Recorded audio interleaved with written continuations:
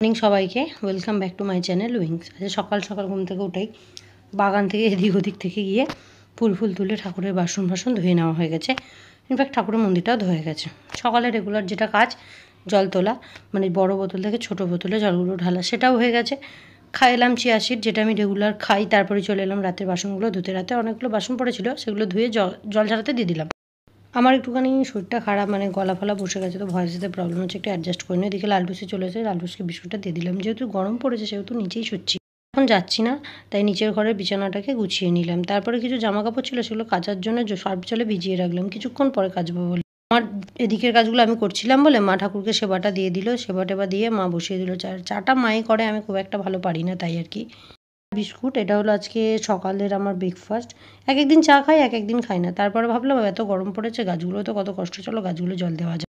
জল দিতে দিতে দেখলাম যে একটা করলা গাছে প্রচুর করলা হয়েছে, ওই জন্য চলে এলাম করলাগুলো তুলতে। আমার না, মানে আমি কোনোদিনও এইভাবে করলা তুলিনি, তো গাছটা অনেক দিন ধরেই হয়েছিল।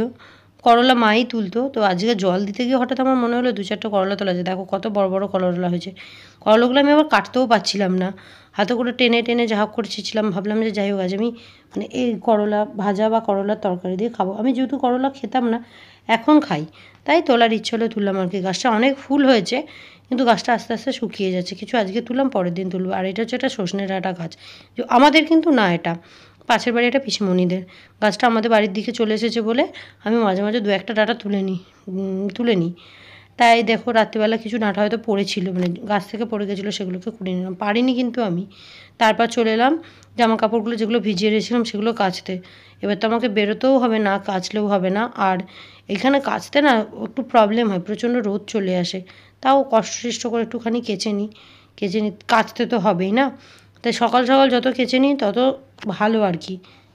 গরমের জন্য একদম খাওয়ার ইচ্ছে নেই, কিন্তু খেতেই হবে, তাই আলু সিদ্ধ আর মুড়ি নিয়ে নিলাম। খাওয়া হয়ে গেল, তাই বেরিয়ে পড়লাম। আর প্রচণ্ড গরম পড়েছে, নিজেদের খেয়াল রাখো, প্রচুর পরিমাণে জল খেও। আর দেখা হবে নেক্সট ভিডিওটা ভালো লাগলে চ্যানেলটি সাবস্ক্রাইব করে লাইক কমেন্ট শেয়ার করে দিও। Thank you.